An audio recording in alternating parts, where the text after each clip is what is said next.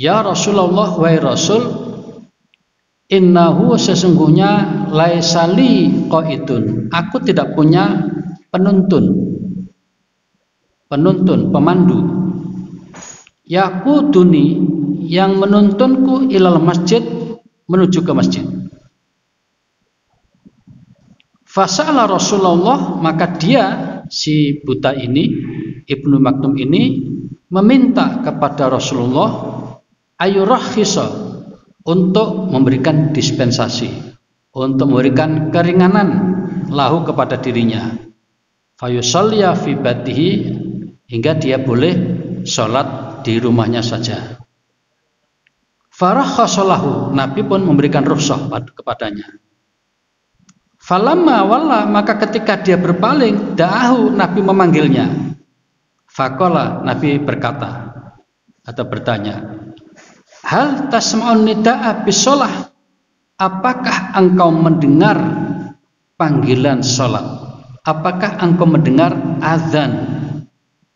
Qala, si buta ini, rajul a'ma ini menjawab, na'am, ya wa Rasul, saya mendengar. Qala, Nabi lalu mengatakan, fajib, ya kalau begitu kamu tetap harus datang ke masjid. Para jamaah, ini menunjukkan betapa kerasnya, ya mungkin ya bahasa, betapa kerasnya perintah berjamaah di masjid itu. Orang yang buta saja, bahkan dia tidak punya penuntun, masih tetap ditekankan harus ke masjid. Bagaimana kalau orang itu normal? Nah gitu maksudnya. Atas dasar inilah maka kemudian beberapa ulama berpendapat, wah kalau begitu berarti sholat berjamaah itu hukumnya wajib.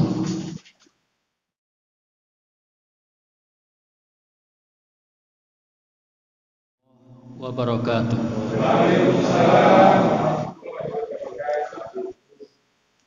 Alhamdulillahi rabbil alamin, wa bihi nasta'inu ala umuri dunya waddin. Asyhadu an la ilaha illallah wahdahu la syarika lah, wa asyhadu anna Muhammadan abduhu wa rasuluh. Fa usalli wa usallimu ala Muhammad wa ala alihi wa ashabihi ajma'in, amma ba'd. Faqala ta'ala fi kitabil karim, a'udzu billahi minasyaitonir rajim, warka'u ma'ar raki'in. Shadaqallahul adzim. Para jamaah, pagi ini kita mengulang kaji tentang sholat berjamaah.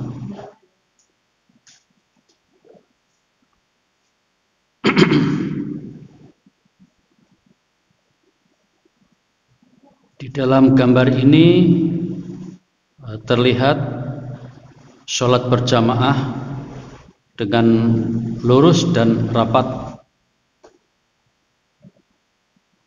Ini pada saat kondisi normal ya. Kemudian yang ini tidak lagi rapat karena mereka meyakini bukan lagi kondisi normal, yaitu di Madinah. Kalau yang ini Masjid Nabawi. Para jamaah, tadi saya dari sebuah masjid Salahuddin itu, rupanya sudah mulai merapat, tapi masih ada nggak rapat betul gitu ya. Kira-kira masih ada segitu atau berapa yang longgarnya itu. Jadi kebetulan ada keramik-keramik yang terkotak-kotak itu ya. Satu orang satu keramik sehingga tidak seberapa. Tapi tanda larangan untuk di tempat itu sudah nggak berlaku. Saya tadi dipersilahkan untuk mengambil tempat yang ada larangannya itu. Oh ya sudah, berarti nggak berlaku lagi. Lalu saya katakan bahwa kalau begitu masjid ini sudah tidak lagi memberlakukan pandemi. Tetapi mereka masih tetap menekankan prokes yang lain, yaitu masker masih berlaku. Tapi kalau di daerah Sedati itu hampir 50% tidak pakai masker. Masjid Muhammadiyah. Ya. Dan itu tidak pernah libur sepanjang musim pandemi itu. Mereka tidak kenal pandemi. Di Sedati itu, ketua PCM-nya kan Pak siapa itu? Oh ya, kena juga nih. Lah ada teman kita di situ. Siapa itu? Remaja Al-Falah itu. Yang punya rumah itu, sekolah itu, punya sekolah itu. Oh iya. Kena COVID. Iya. Masya Allah. Tapi itu dia kena. Ya, saya sebagai tamu yang biasa di sebuah masjid yang ketat prokes ya agak kaget. Tapi saya segera untuk memahami, begitulah praktek dari pemahaman orang yang memang bisa berbeda satu dengan yang lain. Nah, saya sengaja menampilkan gambar ini supaya tetap difahami bahwa di belahan dunia lain, selain Indonesia ini masih juga mempraktekkan ini. Dan mungkin di antara kita sudah banyak yang berharap-harap Mekah Madinah segera membuka kita untuk bisa umroh ya. Karena saya lihat di gambar di televisi itu sudah mulai padat, sudah semakin banyak. Di jamaah umroh itu semakin banyak. Ini saya kira berita yang sangat bagus ya. Dan di Jawa Timur sudah menurunkan level 1 ya. Sehingga insya Allah ini semakin baik ya. Baik para jamaah, tentang perintah dan hukum sholat berjamaah ini ada di dalam Al-Quran surat Al-Baqarah ayat 43. Wa aqimus sholah wa atuz zakah warka'u ma'ar-raki'in. Dirikanlah sholat, tunaikan zakat, dan rukuklah bersama orang-orang yang rukuk. Ayat inilah yang kemudian dijadikan dalil oleh sekelompok ulama bahwa sholat berjamaah itu hukumnya wajib.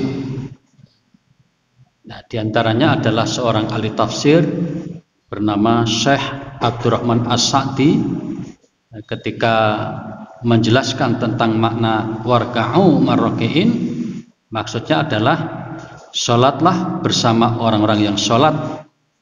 Dalam ayat ini terdapat perintah untuk sholat berjamaah dan menunjukkan wajibnya. Ini kata Abdurrahman As-Sa'di. Bagi kita orang Indonesia pendapat ini aneh. Hampir nggak pernah kita dengar itu.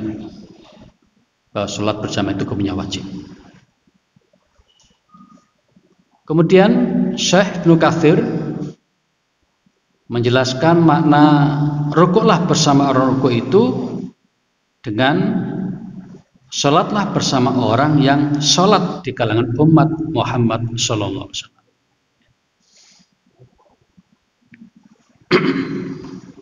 Kemudian para jamaah, ada hadis yang jika kita baca dengan lebih cermat, ini menunjukkan kuatnya perintah berjamaah, bahkan kerasnya, mungkin kalau kuat nggak seberapa ini, kerasnya perintah berjamaah. Mari kita baca. An Abi Hurairah, dari Abu Hurairah, qala, dia berkata, atan Nabiyya, pernah mendatangi kepada Nabi Sallallahu Alaihi Wasallam rajulun a'ma, seseorang yang buta, namanya Ibnu Ummi Maktum itu ya, yang sangat terkenal.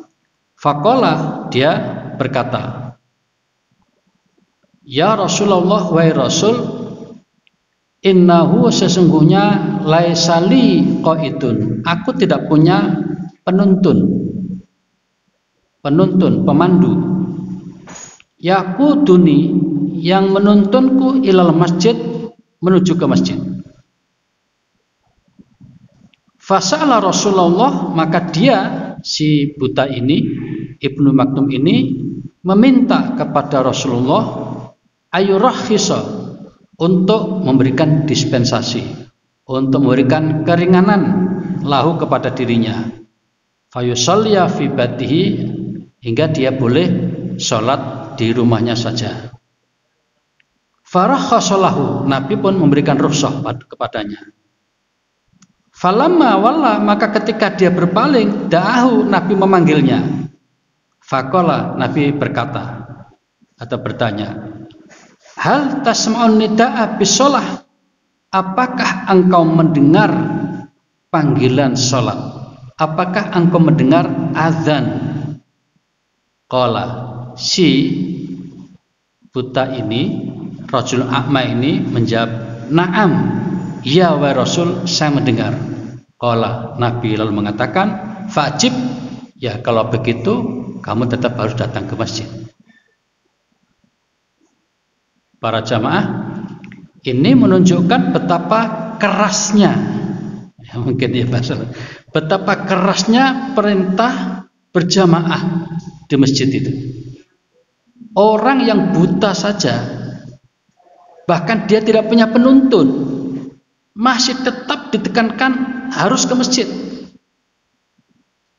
Bagaimana kalau orang itu normal? Nah gitu maksudnya. Atas dasar inilah maka kemudian beberapa ulama berpendapat, wah kalau begitu berarti sholat berjamaah itu hukumnya wajib. Nah begitulah diantara ulama berpendapat. Nah kemudian para jamaah, ternyata ada hadis-hadis lain yang menjelaskan tentang keutamaannya, keutamaan berjamaah. Nah, di antaranya adalah hadis yang sangat terkenal dan kita mungkin sejak kecil sudah diperdengarkan hadis ini, yaitu sabda Nabi, sholatul jamaati, sholat berjamaah itu tafdulu, punya kelebihan, punya keutamaan dibanding dengan sholat al-fadhi, sholat sendirian, yaitu dengan selisih bisa inu asna derajatan, 27 derajat, 27 tingkat. Jadi 1 banding 27 itu kalau sholat sendirian dengan berjamaah. Hadis ini hanya menjelaskan tentang keutamaan, tentang kelebihan. Hadis riwayat Bukhari dan Muslim. Nah, para jamaah, hadis ini tadi menyebutkan tentang keutamaan berjamaah, tidak menunjukkan kewajiban melakukan sholat berjamaah. Nah, berdasarkan ayat tadi Al-Baqarah 43, kemudian juga beberapa hadis peristiwa Ibnu Maktum yang tetap mengharuskan datang ke masjid selama masih mendengar azan. Kemudian ada hadis yang hanya menjelaskan tentang keutamaan berjamaah dibanding sendirian. Maka ulama ketika mengkaji ini ada 3 pendapat. Ada 3 pendapat. Pendapat pertama mengatakan bahwa sholat berjamaah itu hukumnya wajib ain. Ini nggak populer di Indonesia ini. Ya, hampir belum disebarkan pendapat ini. Ya, mungkin belakangan ini mulai ada ya. Tapi selama ini di buku-buku fikih kita, fikih NU, fikih Muhammadiyah, fikih yang lainnya itu tidak menekankan ini. Bahkan tidak ditemukan pendapat seperti ini. Hukum sholat berjamaah itu adalah fardu ain, seperti hukumnya sholat 5 waktu itu. Ini betapa kerasnya pendapat ini.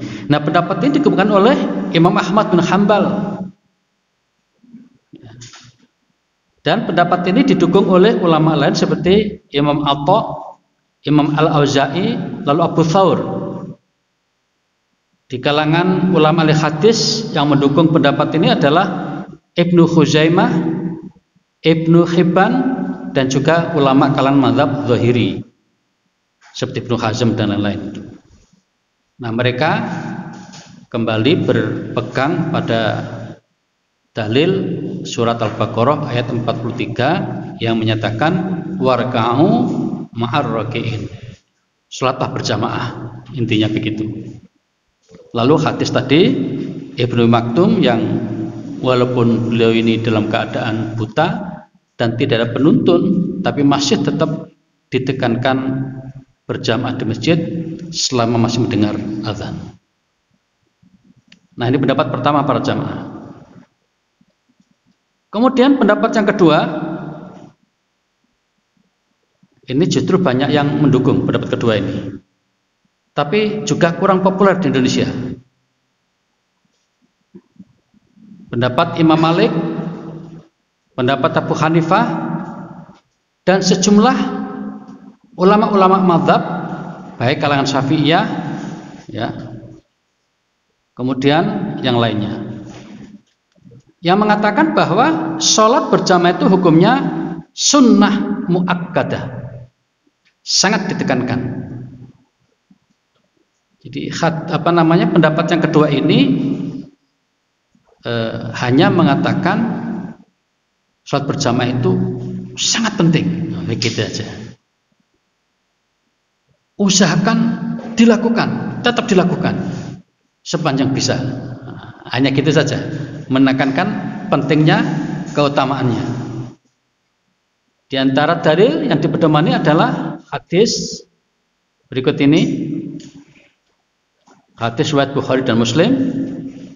Walladzi yantadhiru shalah, orang yang mau menunggu sholat, maksudnya begitu dia masuk ke masjid, dia tahiyatul masjid, atau langsung dia qobliyah.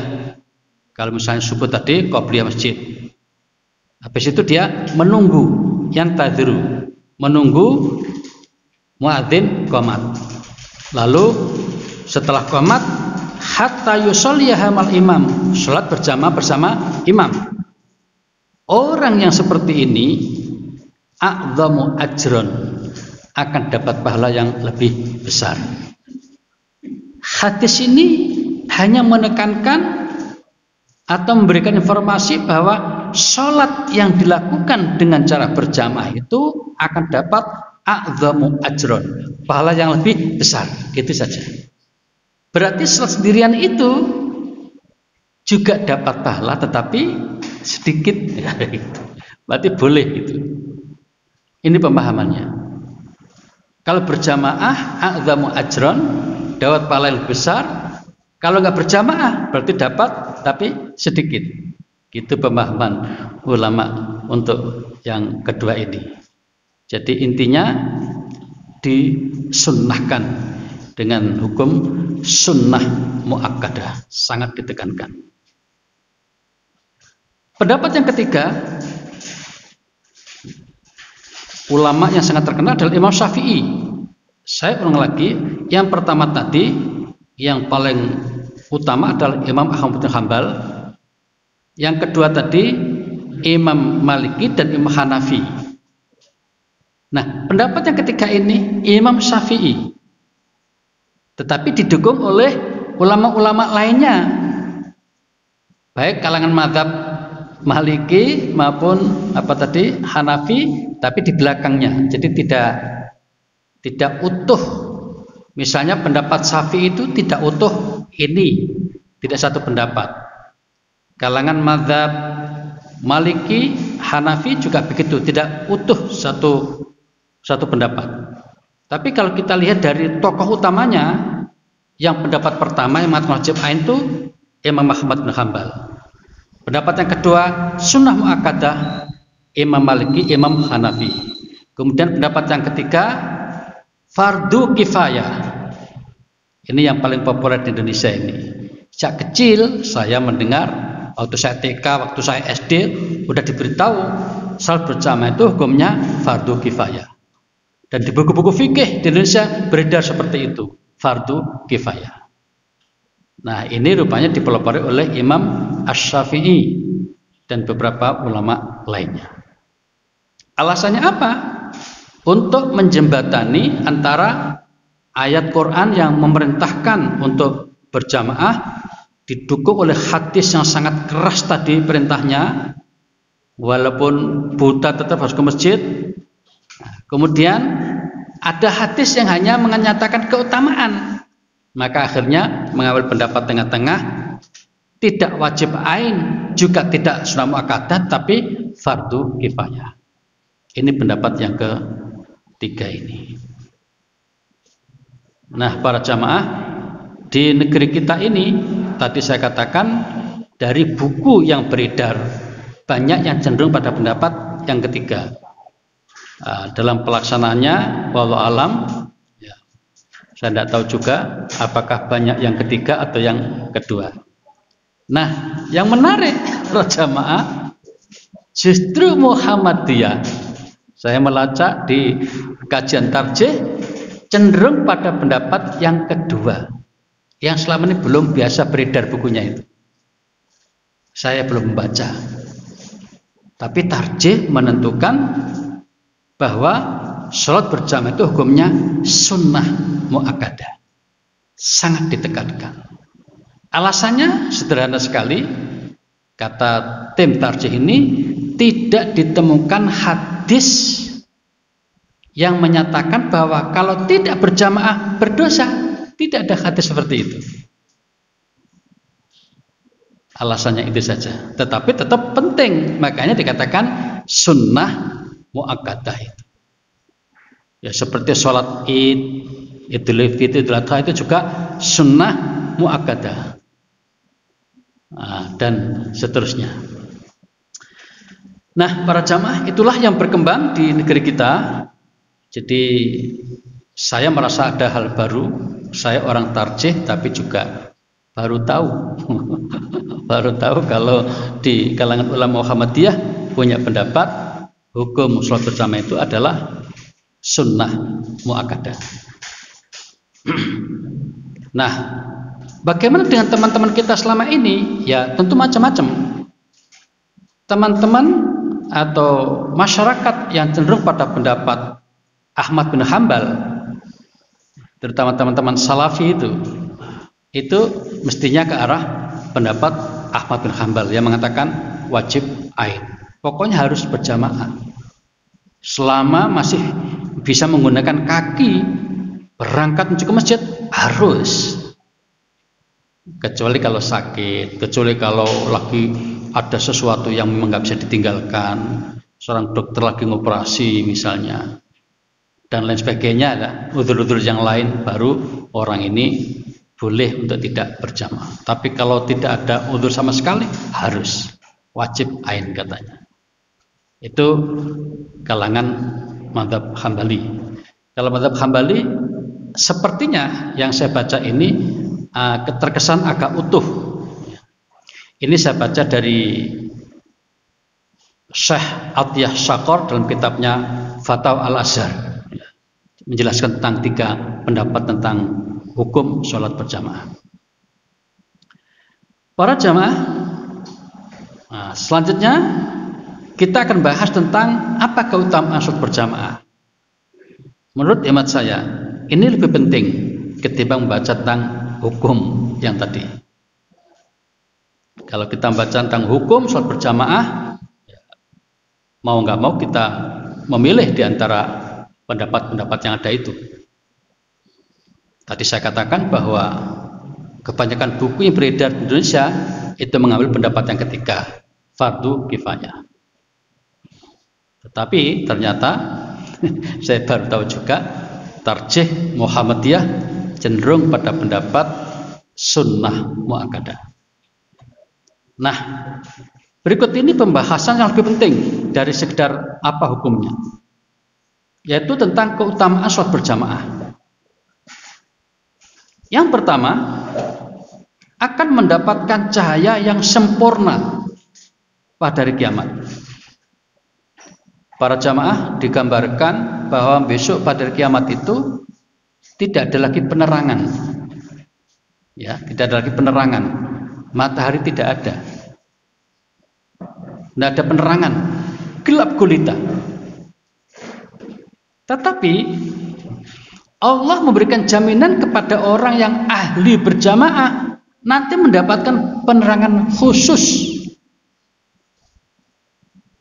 Nah, ini hadisnya An Buraidah, dari Buraidah an Nabi, dari Nabi sallallahu alaihi wasallam, Basyiril masyain berikan kabar gembira kepada orang-orang yang berjalan fi dzulami dalam kegelapan ilal masajid menuju ke masjid bin nurit tam dengan cahaya yang sempurna yaumul qiyamati pada hari kiamat nanti.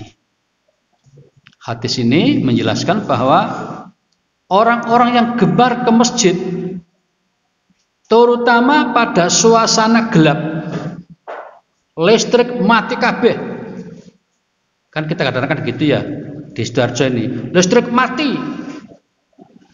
Terus masjid kebetulan punya genset atau aki.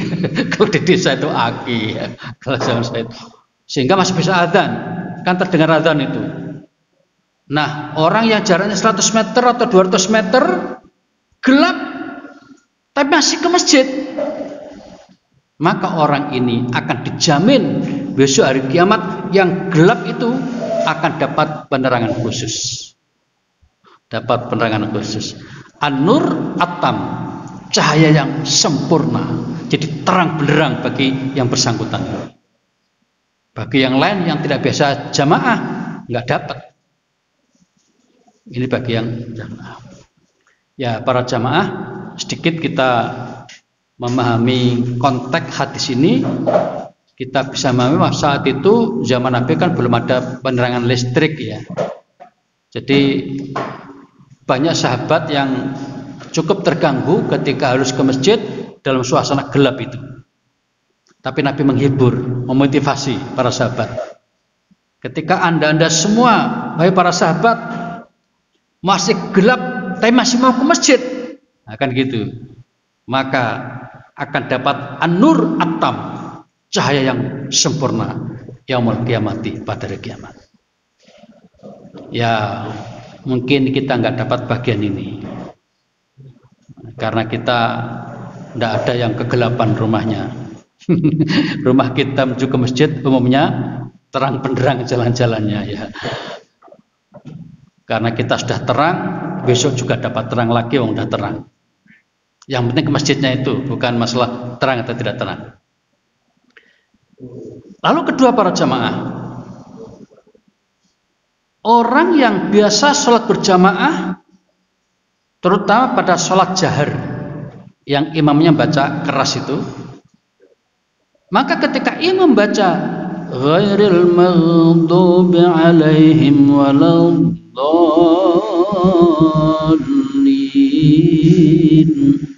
faqulu, maka kalian para makmum hendaknya membaca amin. Nah, dalam fikih kita ulama juga sepakat bahwa ketika imam habis membaca itu, imam baca amin, makmum juga baca amin bersama-sama. Nah, pada saat bersamaan itu malaikat juga ikut membaca amin. Fa innahu man wafaqa qauluhu qaul malaikah, siapa yang aminnya tadi bersamaan dengan malaikat, ghufira lahu ma taqaddama dzambi, maka dosa-dosanya yang lalu akan diampuni oleh Allah Subhanahu wa taala.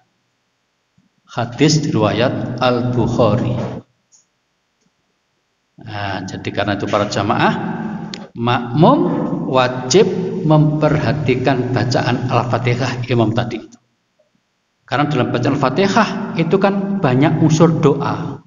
Iyyaka na'budu wa iyyaka nasta'in.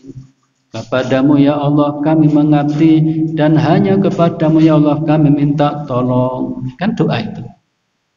Di hadis lain disebutkan ketika seorang hamba membaca ini, maka Allah menjawab, wali abdi masa'alah, bagi hambaku apa yang diminta akan dikabulkan. Nah, kemudian di bagian akhir amin, imam makmum amin, malaikat juga amin. Nah, kemudian maka kata Nabi dalam hadis ini, orang yang tadi sempat baca amin bersama-sama tadi itu, bersama imam, bersama makmum, juga malaikat, akan diampuni dosa-dosanya oleh Allah Subhanahu wa taala. Nah, dari hadis ini para jamaah, di beberapa buku fikih disebutkan makmum semuanya yang ikut berjamaah dianjurkan membaca tambahan doa istighfar. Rabbi firli wali walidayya amin. Pernah nggak baca buku fikih seperti itu? Belum pernah ya. Saya waktu SMP begitu. Buku itu sangat terkenal. Bahkan mungkin belum ada doanya sampai sekarang itu. Buku ini mengalami cetak sampai 40 kali atau berapa. Namanya buku Fikih Islam. Karangan Profesor Sulaiman Rasyid. Zaman itu belum banyak buku ini tapi paling tebel. Sudah sekitar 4 atau 500 halaman. Luar biasa buku itu. Buku fikih lengkap mulai Taurat sampai politik. Khilafah itu ada di situ. Khilafah ada juga di situ. Di buku fikih ini lengkap. Di buku itu menariknya ada tambahan sebagian ulama menganjurkan setelah baca waladhdallin makmum semuanya sebelum baca amin ditambah dengan Rabbi firli walidayya amin. Hanya saja para jamaah ketika saya juga mencoba melacak hadis-hadis tentang anjuran ini belum menemukan hadis yang sahih. Karena itu maka saya tidak lagi mengamalkan. Dulu pernah mengamalkan itu waktu kecil, waktu SMP itu diajari guru-guru gitu. Belakangan ketika sudah melacak hadis yang sahih hanya seperti ini, tidak sampai mengatakan atau menambah bacaan istighfar yang lain tadi. Wallahu a'lam bishawab. Ya, kita tidak usah menyalahkan orang yang mengamalkan itu, tapi kita mengambil sikap sendiri. Jika kita meyakini bahwa tidak atau belum ditemukan hadis sahih, kita tidak perlu mengamalkannya. Berikutnya para jamaah, ini penting banget ini. Orang yang suka sholat berjamaah, apalagi jamaah isya dan jamaah subuh, maka orangnya akan dapat jaminan, dapat pahala seperti sholat malam, sholat tahajud semalam suntuk.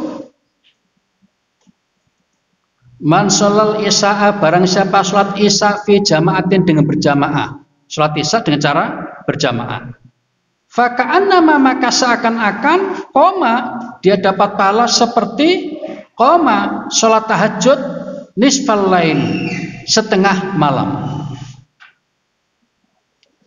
Para jamaah, sholat malam ini, waktu sholat malam itu kan antara isya dengan subuh. Coba mari kita hitung berapa jam itu antara isya dengan subuh. Kalau isya kita bulatkan mulai jam 7, subuh jam 4. Berapa jam itu?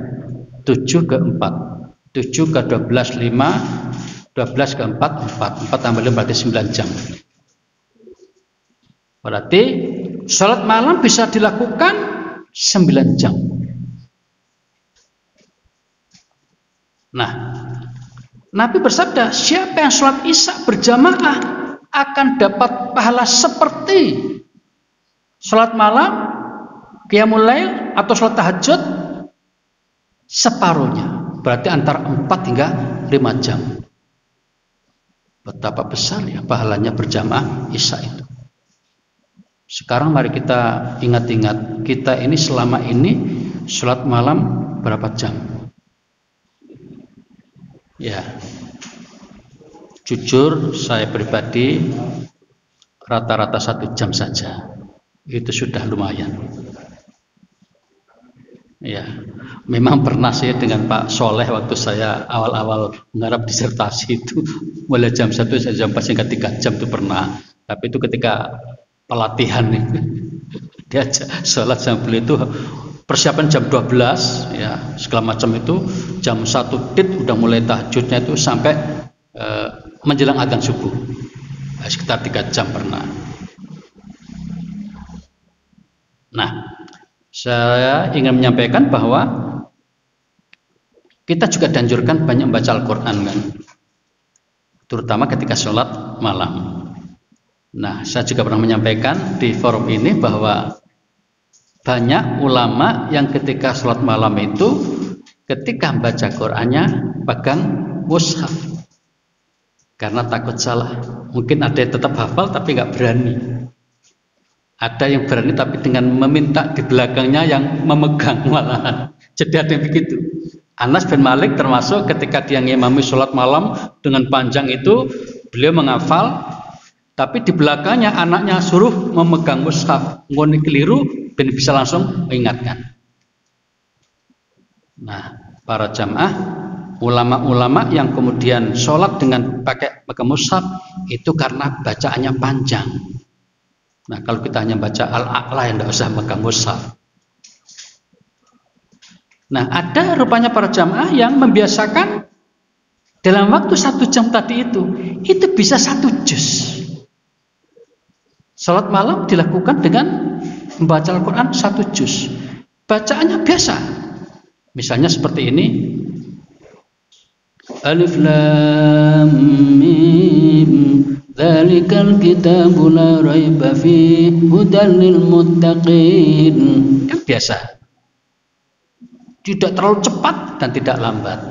Itu bisa diselesaikan dalam waktu kurang lebih, ya tambah-tambah sedikit dari 1 jam itu. Nah, saya membayangkan begini para jamaah. Kalau sholat sekitar 1 jam saja bisa menyelesaikan 1 juz baca Qur'annya itu, bagaimana kalau sampai 4 hingga 5 jam? Itu maksud saya untuk membandingkannya itu. Betapa besar pahala yang akan diberikan pada orang yang bisa sholat malam sampai 4 jam atau hingga 5 jam. Dan oleh Nabi kita diberitahu bahwa orang yang mau sholat berjamaah Isya itu akan dapat pahala seperti itu tadi. Sholat tahajud atau sholat malam sekitar 4 hingga 5 jam. Itu sholat Isya.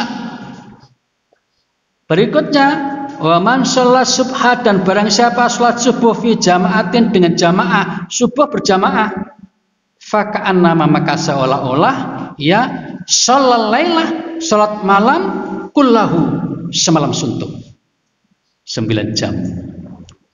Coba, ini tadi yang saya katakan luar biasa itu. Nah, cobalah hadis-hadis yang seperti ini sering di-share di di WA itu. Nge-share-nya itu ya sore lah ya, atau kapan sajalah. Kenapa sore itu? Supaya nanti isaknya ancang-ancang berjamaah, atau habis isak di-share supaya ancang-ancang jamaah subuh. Luar biasa. Dan hadisnya Sahih Muslim, bukan sembarang hadis. Artinya betapa besarnya anugerah yang akan diberikan pada seorang yang suka berjamaah Isya dan subuh. Isya digambarkan akan dapat pahala sekitar separuh malam, ya kan? Seakan-akan sholat separuh malam. Dan kalau ikut jamaah subuh malah semalam suntuk. Makanya jangan heran kalau ada hadis, siapa yang sholat qobliyah subuh akan dapat kebaikan bahkan lebih baik daripada dunia seisinya. Itu baru sholat sunnahnya, apalagi sholat wajibnya yang subuh itu. Makanya tidak heran kalau kemudian yang bisa bersubuh berjamaah lalu dapat pahala seperti sholat tahajud semalam suntuk sekitar 9 jam. Kalau tadi saya menggunakan istilah baca Quran tadi, bisa menghatamkan Quran sekitar 8 juz satu malam. Nah, dari sini kita lalu bisa memahami, oh begitu ya, Nabi itu pernah sholat malam 1 rakaat saja. Apa dulu itu? Al-Baqarah habis, Al-Imran habis. Berapa lama itu? Dalam hal ini tidak lagi menghitung rakaat. Tidak lagi menghitung rakaat. Itu sebabnya maka sholat malam itu ada rakaat-rakaat yang lazim dilakukan, ada yang suatu ketika sekian rakaat. Nah, yang lazim dilakukan adalah 11 atau 13 rakaat. Itu yang lazim dilakukan oleh Nabi. Yang sering maksudnya 11 atau 13. Nah, 13 itu maksudnya yang 2 rakaat iftitah. dan sebagainya, macam-macam sudah pernah kita bahas di sini. Nah, kemudian para jamaah, bagi yang mungkin tidak bisa mendapatkan persis dalam jumlah itu, tidak harus 11 atau 13 rakaat, bisa berapa rakaat saja. Dan ternyata Nabi juga pernah tadi 13, pernah 11, pernah juga 9. Ini angka yang tertangkap, yang terriwayatkan. Nah, saya menduga mungkin pernah kurang dari itu. Loh, kenapa? Tadi itu contohnya, Nabi pernah sholat malam 1 rakaat saja Al-Baqarah ditambah Ali Imran, berapa jam itu? 1 rakaat berapa jam? Al-Baqarah itu kalau dibaca normal bisa 2 jam.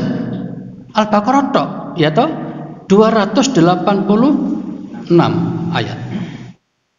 Tadi saya gambarkan ketika sholat kan 1 juz 1 jam tadi. Nah, kalau ini makanya Al-Baqarah tok bisa 2 jam. Malah bisa menjadi 3 jam, bisa juga, betul. Kemudian ditambah Ali Imran, berapa itu? Loh, ya kan? Jadi saya menduga, tapi menduga karena nggak ada hadisnya. Nabi pernah sholat malam itu 2 rakaat dan 1 rakaat. 2 rakaat yang tadi itu. Rakaat pertama saja sudah sekitar 3-4 jam itu. Makanya sampai sahabat yang itu pekoh dalam bahasa Jawa itu. Sampai bertanya-tanya, kok nggak selesai-selesai, kok nggak ruku-ruku, kan begitu. Itu hadis saking menggambarkan betapa lamanya Nabi ketika sholat itu. Berarti mulainya agak sore ini Nabi. Bisa jadi mulainya jam 10, jam 9 sampai menjelang subuh. Nah, seperti itu. Nah, para jamaah, kembali pada hadis ini, betapa besar pahala yang akan diberikan pada orang yang berjamaah isya dan subuh. Sehingga digambarkan oleh Nabi, yang mau jamaah isya akan dapat pahala seperti, dikatakan ini seakan-akan sholat malam separuh waktu, sekitar 4-5 jam. Yang ikut jamaah subuh akan dapat pahala seperti sholat malam atau sholat tahajud sebelum suntuk. Nah, para jamaah, sungguh ini berita yang tentu sangat menggembirakan dan menggairahkan bagi pecinta ibadah yang suka beribadah. Selanjutnya para jamaah, ini ada lanjutan dari keterangan yang tadi itu, yang ketiga tadi itu, bahwa orang yang terbiasa sholat berjamaah akan aman dari sifat kemunafikan, bahkan terbebas. Nah, mari kita baca hadis ini.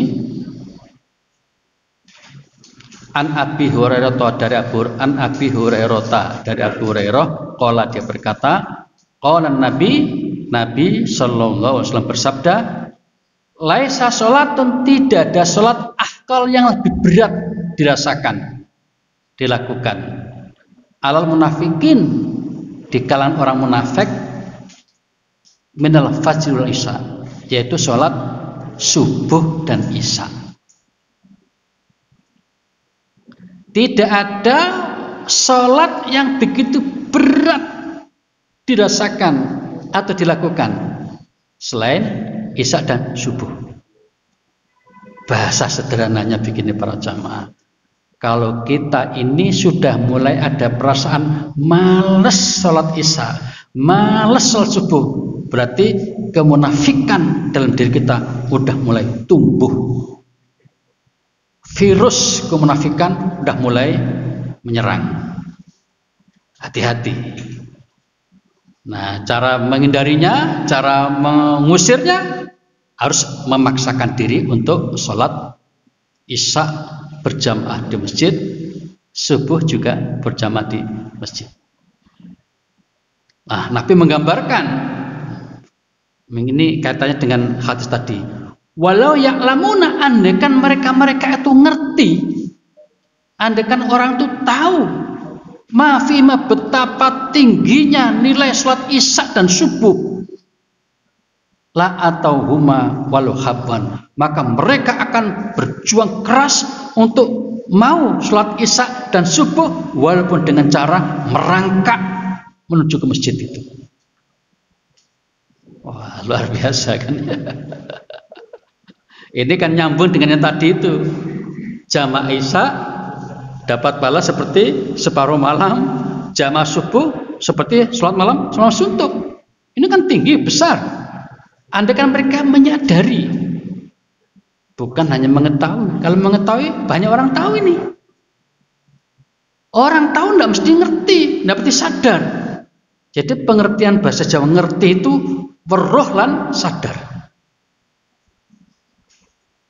Nah, ini hanya orang beriman itu yang bisa merasakan ya tentang kebesaran pahala yang akan diberikan oleh Allah kepada hambanya yang gemar sholat isya dan subuh berjamaah. Maka dikatakan andaikan mereka menyadari itu, mereka akan berusaha untuk ikut ke masjid itu walaupun dengan cara saisone, saya merangkak pun dilakukan. Kita pernah dapat viralan WA itu ya, orangnya buta, jaraknya entah berapa meter dari rumah itu, karena dia nggak punya penuntun, akhirnya dia membuat tali, ya, rumahnya ke masjid sehingga dia berangkat itu sambil memegang tali itu sampai ke masjidnya. Pernah ada viral dan itu bukan film, memang itu asli seperti itu. Kalau film kan diadakan, kalau ini memang asli ada orang seperti itu. Nah, kemudian diviralkan itu. Ini adalah gambaran orang yang saking kepinginnya untuk mendapatkan keutamaan tadi itu, sehingga dilakukan dengan sebisa dia, walaupun dengan berjalan mata tetap dalam keadaan tidak bisa melihat, kemudian memegang tampar atau tali tadi dari rumahnya sampai ke masjid itu. Luar biasa. Lanjutkan Nabi, walaqad hamamtu, aku sangat berkeinginan an amrul muadzin, untuk memerintahkan pada tukang azan, fayuqima, kemudian qomat, thumma amura rajulan, lalu aku menyuruh seseorang ya'mun nas, untuk ngimami,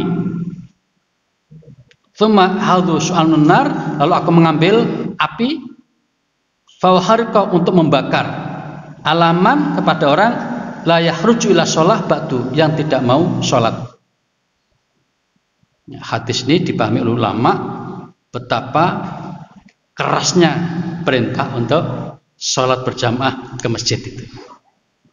Ini nyambung dengan hadis yang Ibnu Maktum tadi itu, yang walaupun dalam keadaan buta tetap diperintahkan ke masjid. Nyambung dengan ini.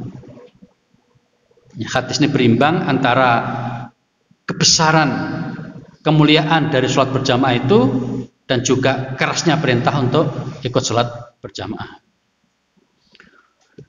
Selanjutnya, keutamaan lain dari sholat berjamaah adalah ketika orang itu bisa menyisihkan waktunya untuk sholat berjamaah subuh, kemudian habis jamaah itu tetap berada di masjid itu sampai matahari terbit.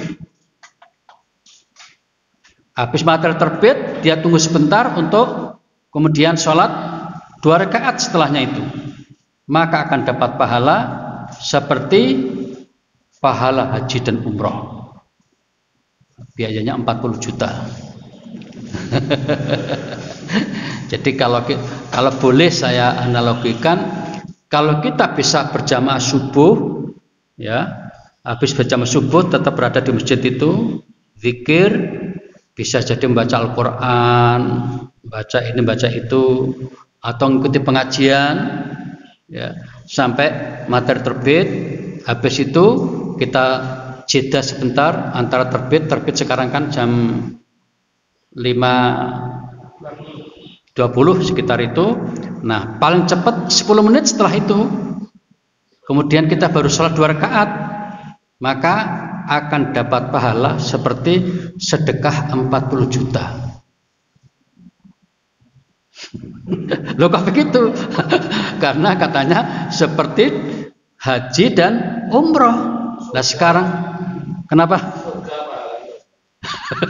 Sekarang itu untuk ibadah haji kan biayanya sekitar 40 juta. Jadi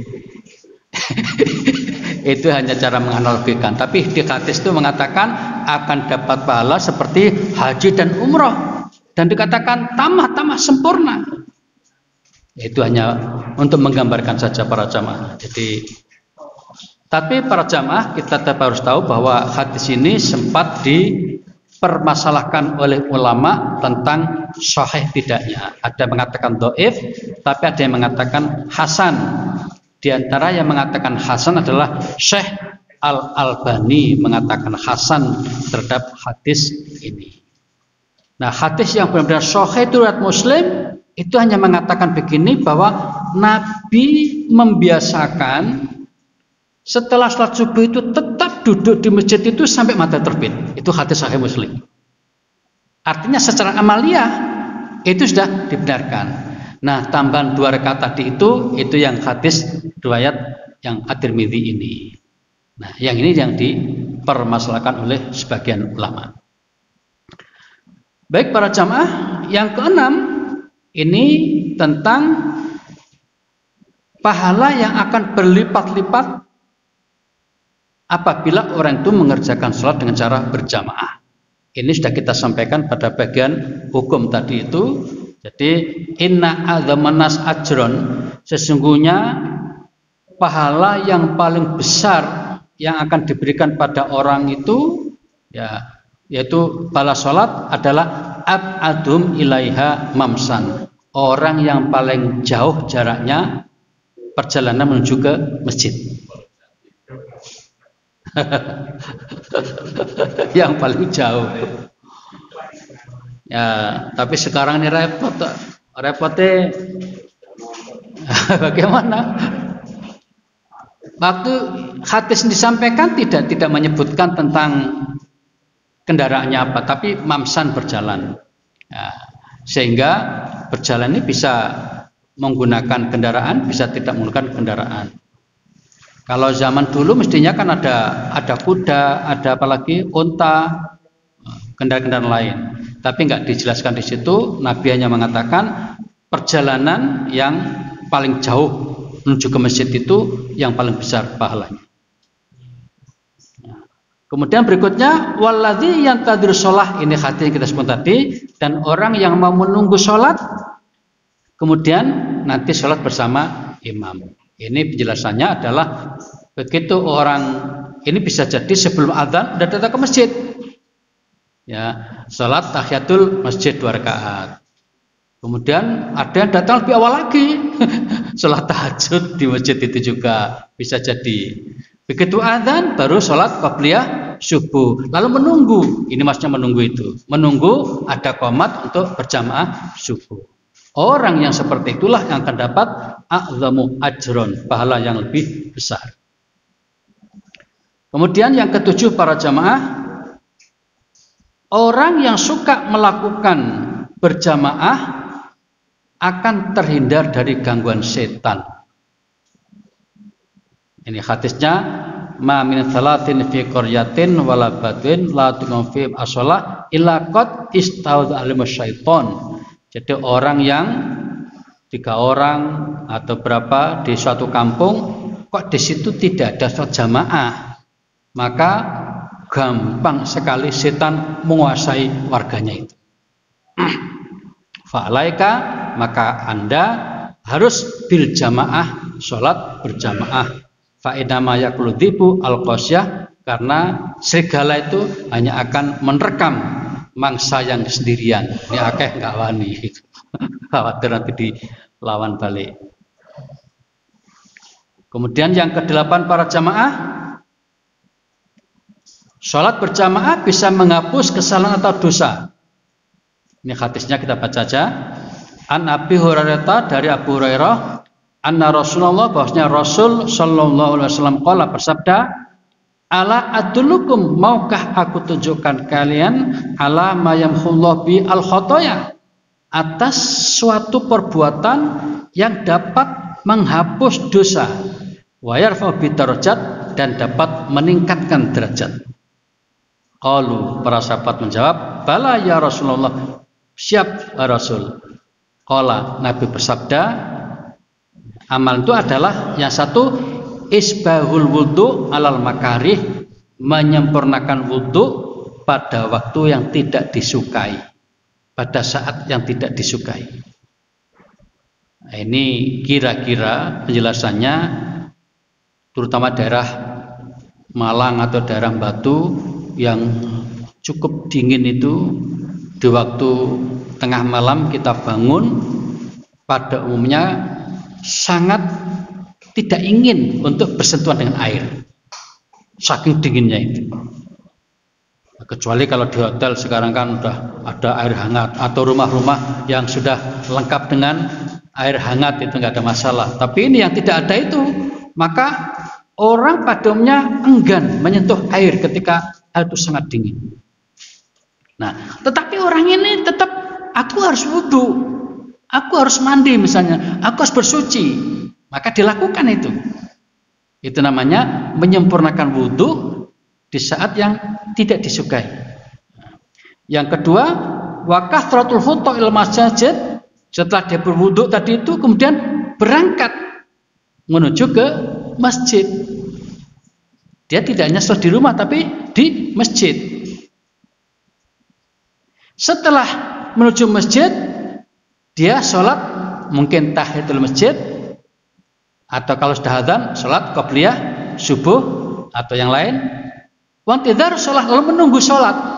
Dia menunggu yang lain datang, imam datang. Nah, kemudian setelah itu berjamaah.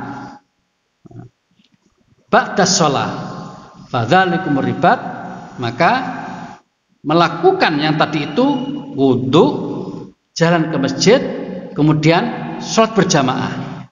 Itulah yang akan dapat jaminan mendapatkan penghapusan dosa-dosanya dan juga ditingkatkan ke beberapa derajat orang ini.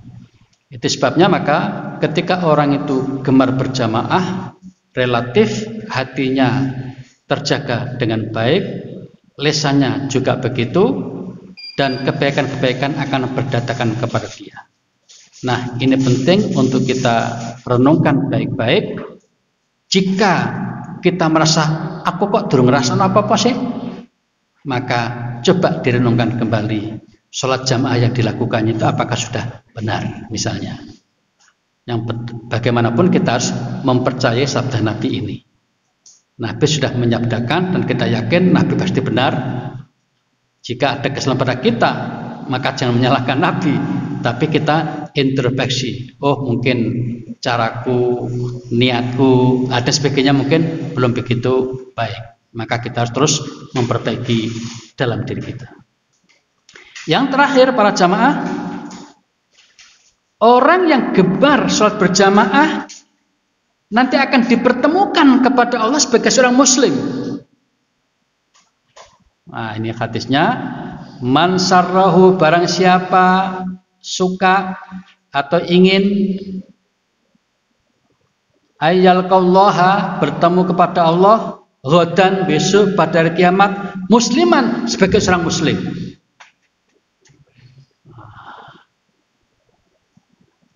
Fal yuhafid ala ha'al salat, maka jagalah salat-salat itu. Nah, kemudian panjang sekali hadis ini, dilanjutkan bahwa sesungguhnya Allah telah mensyariatkan untuk nabi kalian dengan sunan al-huda. Di antara sunan al-huda itu adalah sholat berjamaah. Jadi kita diperintahkan untuk melakukan sholat berjamaah. Nah, di sini ada kalimat, apabila kamu sholat sendirian, bukan ini ya. Tiada seorang pun yang bersuci berwudu dengan sebaik-baiknya, kemudian dia pergi menuju salah satu masjid, melainkan Allah mencatat baginya untuk setiap langkah yang diayunkannya satu kebajikan, satu derajat, dan dihapuskan satu dosa. Nah, sesungguhnya kami berpendapat tiada seorang pun yang meninggalkan berjamaah, melainkan orang itu munafik dan jelas kemunafikannya. Ini ada pernyataan menarik para jamaah yang kita perlu sedikit merenungkan ini. Jadi kalau ada seorang yang ada kesengajaan tidak mau berjamaah, maka orang itu sudah dianggap munafik, telah muncul, telah tumbuh di dalam hatinya. Ya, ini. Jadi saya ulang lagi, tiada seorang pun yang meninggalkan berjamaah melainkan orang munafik yang jelas-jelas nifak. Itu sebabnya para jamaah, hadis ini perlu kita camkan baik-baik, kemudian ya kita jadikan stimulus yang keras agar kita tetap berjuang untuk bisa sholat berjamaah. Dan sebenarnya pada masa dahulu ada orang pria yang datang untuk sholat berjamaah dengan dipapah oleh dua orang laki-laki sampai ia didirikan di dalam barisan sholat berjamaah. Ini menunjukkan sikap kerasnya orang itu ingin berjamaah, walaupun dia dalam keadaan sakit sebenarnya, tetap minta digotong. Mungkin bahasa Jawanya gitu ya. Minta digotong, minta digendong, minta dibawa ke masjid. Nah, mungkin dia nggak kuat berjalan, ya, maka dia minta itu. Nah, kalau sekarang seperti di musim haji, di musim umroh itu kan kita sering melihat orang-orang yang sudah nggak kuat lagi sholat dengan berdiri, akhirnya sholat dengan duduk. Duduk ini ada dua macam, ada duduk di kursi, ada duduk di lantai. Nah, ini menunjukkan betapa inginnya seseorang itu untuk bergabung sholat berjamaah di masjid. Hadis ini Sahih Muslim. Jadi hadis ini dipaparkan, disampaikan kepada kita agar kita itu melakukan muhasabah. Oh, sampai seperti itu ya zaman dulu ya. Saking kepinginnya berjamaah di masjid, dia sebenarnya tidak bisa berjalan, tapi minta dipapah, minta digendong supaya bisa bergabung berjamaah di masjid. Ini saya kira pelajaran yang sangat menarik untuk kita ya jadikan pedoman dalam kehidupan sehari-hari. Ya, doa kita semoga Allah Subhanahu wa taala memberikan kekuatan lahir dan batin kepada kita untuk bisa melaksanakan perintah-perintahnya, termasuk perintah sholat berjamaah ini. Demikian para jamaah, mungkin ada yang mau menyampaikan pendapat, silakan, atau pertanyaan, silakan. Waalaikumsalam warahmatullahi wabarakatuh. Ini kan mengenai pahala, besar kecilnya pahala dan melakukan sholat sunnah. Saya tadi kan mendengar dari hadis-hadis yang contoh sholat subuh dan sholat isya itu pahalanya sepertiga, dan siapa yang mau menjalankan sholat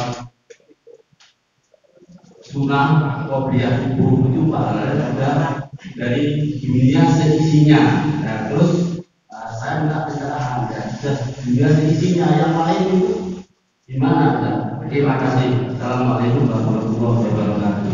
Waalaikumsalam warahmatullahi wabarakatuh. Baik, secara umum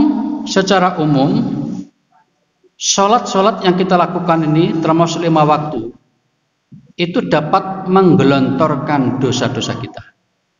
Di hadis yang lain disebutkan tanpa menyebut sholat yang mana, 5 waktu pokoknya yang dikerjakan setiap hari itu sama dengan orang setiap hari datang ke sungai yang airnya bersih, lalu dia mandi di situ. Karena sholat 5 kali sama dengan mandi 5 kali dalam satu hari. Bagaimana kira-kira orang yang satu hari mandi sampai 5 kali? Bersih apa tidak? Jawabannya insya Allah bersih. Uang kita mandi yang 2 kali saja bersih, apalagi sampai 5 kali. Nah, hadis ini kebetulan tidak membedakan antara 5 waktu itu. Nah, dari sholat 5 waktu itu ada yang disiri'i, tanda petik, apa bahasa lainnya itu ya, yang ya tidak begitu diperhatikan. Karena apa? Beratnya. Apa itu? Isya dan subuh. Jadi di antara 5 waktu ini ada sholat yang kebanyakan orang itu berat melakukannya. Isya dan subuh. Ini juga ada sabda Nabi tadi itu. Lah mengapa? Isya ini kebanyakan orang termasuk kita ini kan mungkin sore baru pulang dari kerja. Kemudian maghrib kita sholat, habis itu kan kita istirahat layeh-layeh.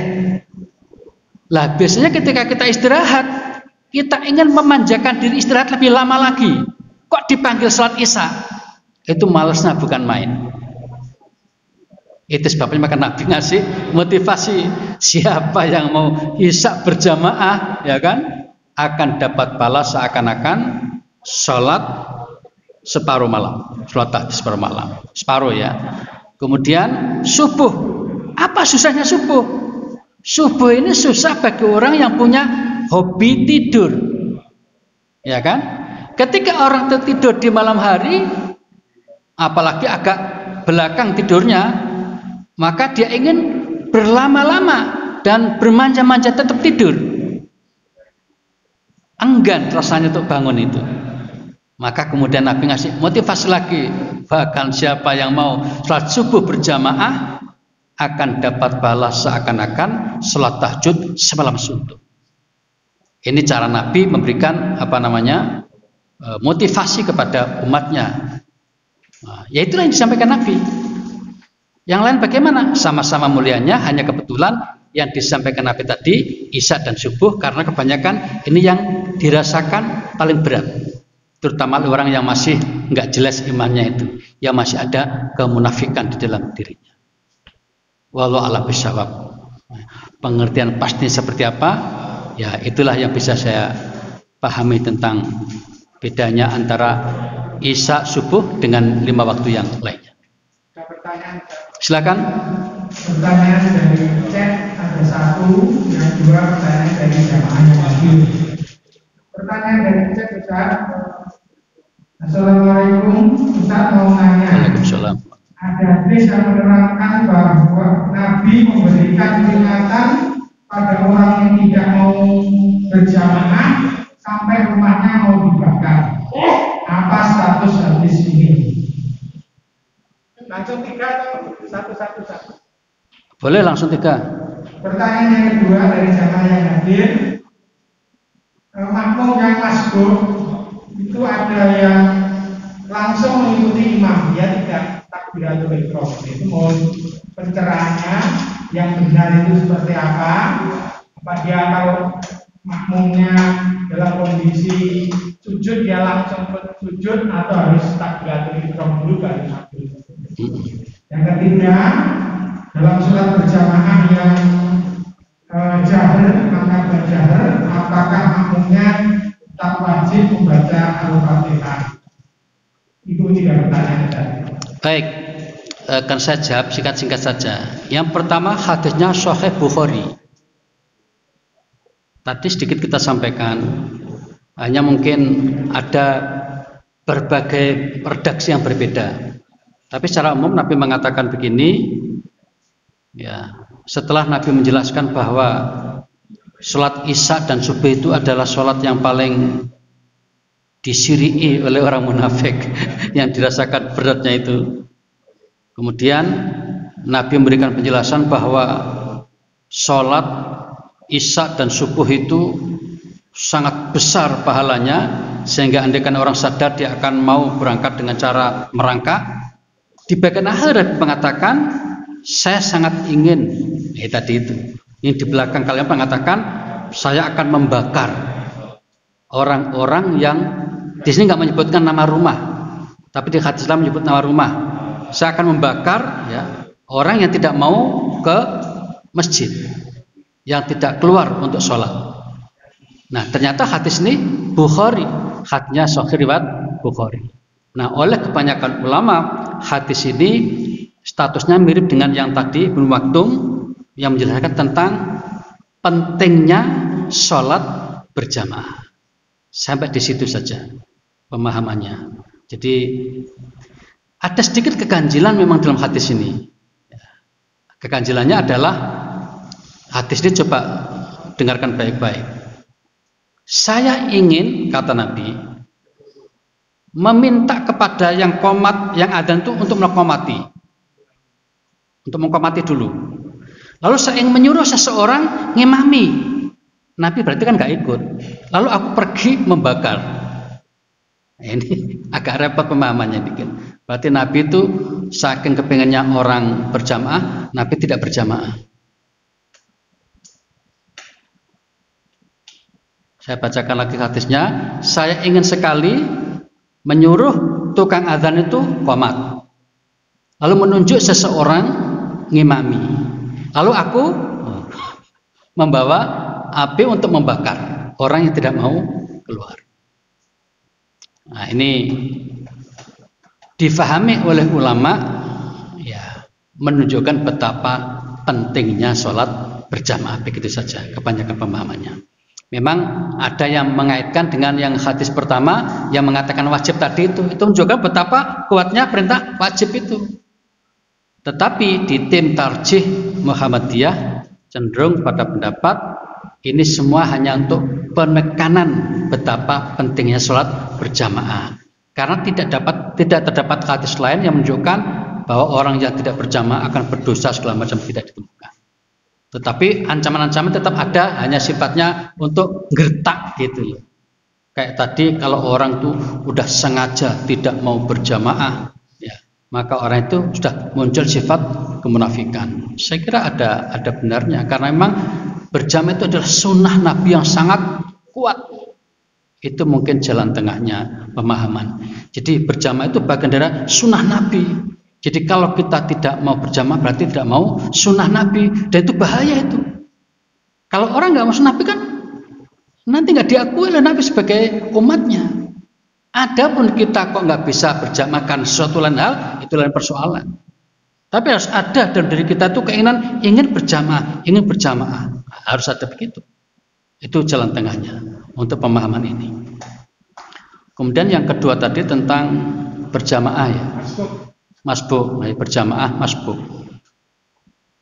Hadis itu hanya mengatakan begini: apabila kamu tertinggal kemudian mengetahui jamaah sudah dalam posisi tertentu, maka ikutilah posisi itu, ya kan? Baik, ini satu hal. Tetapi kita harus paham bahwa yang namanya sholat itu dimulai dari takbiratul ihram dan diakhiri dengan salam. Makanya untuk menggabungkan dua hadis ini, caranya adalah pertama kita tetap takbiratul ihram.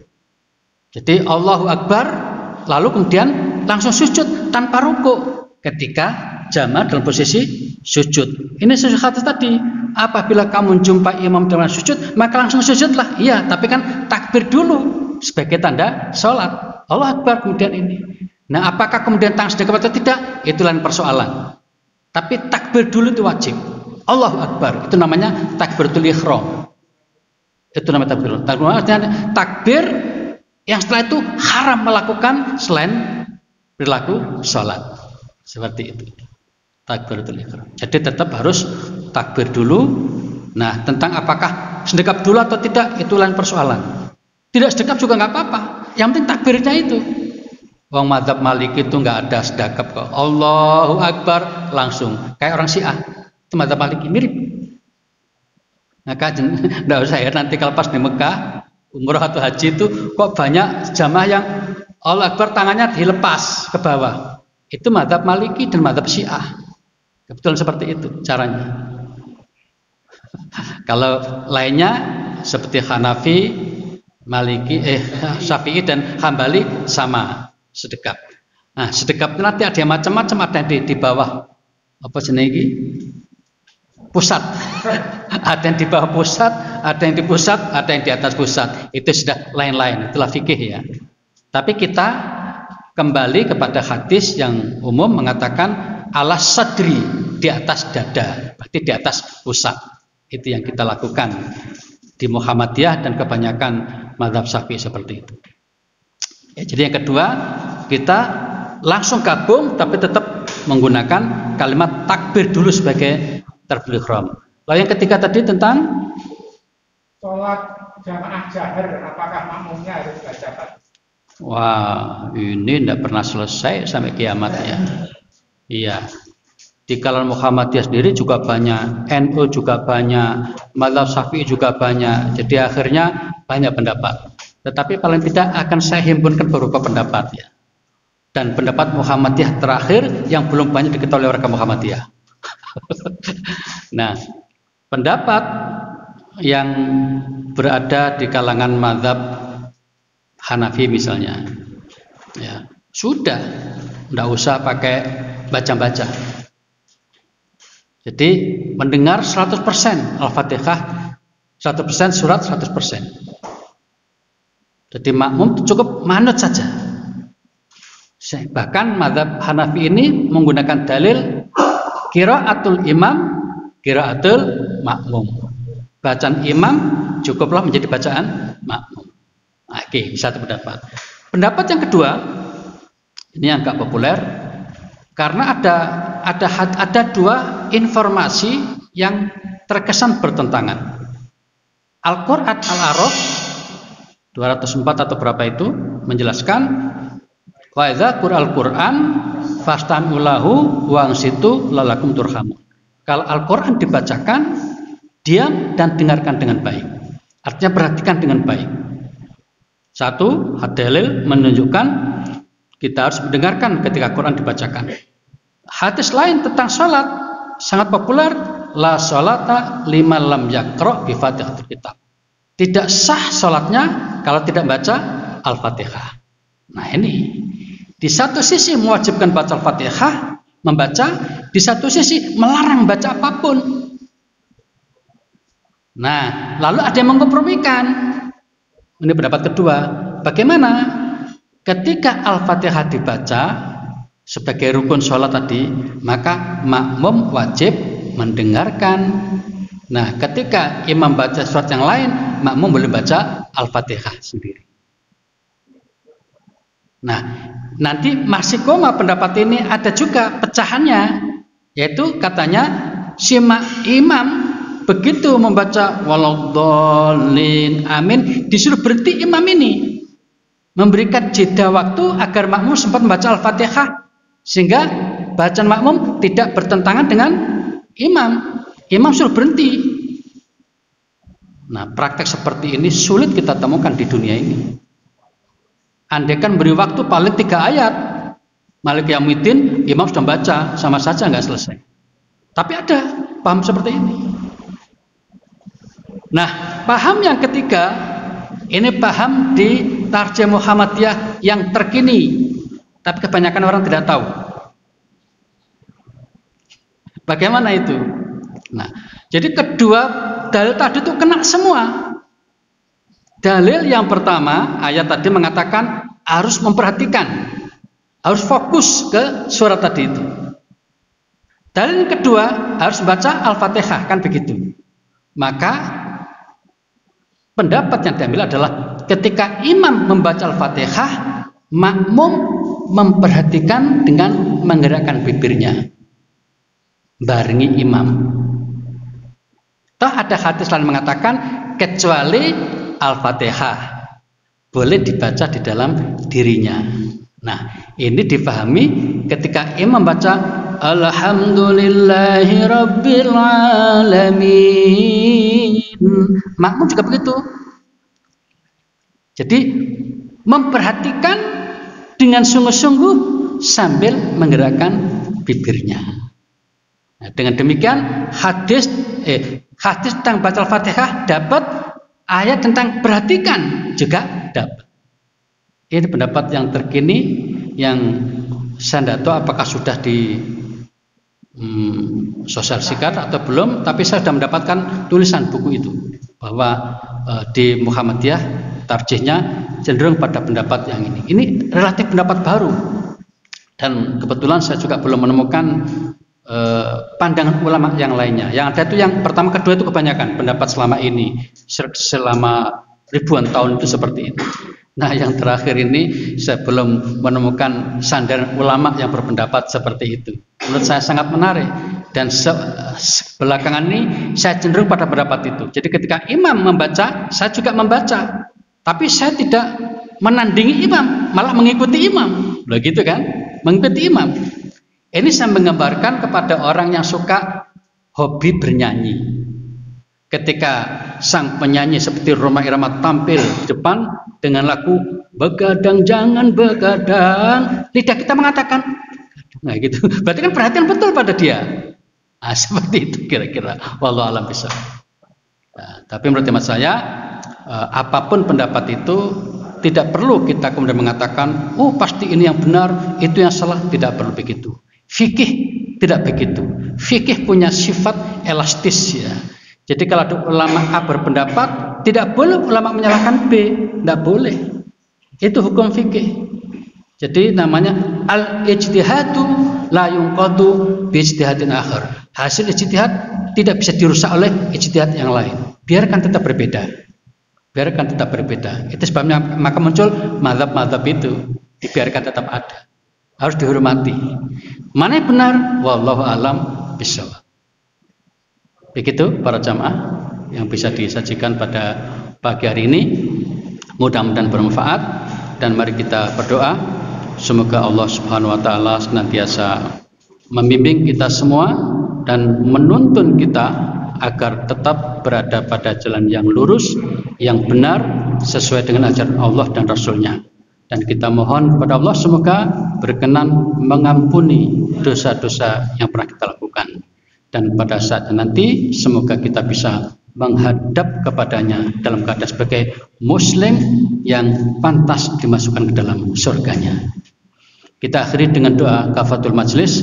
Subhanakallahumma bihamdika asyhadu an la ilaha illa anta astaghfiruka wa atubu ilaik. Terima kasih. Mohon maaf. Wassalamualaikum warahmatullahi wabarakatuh.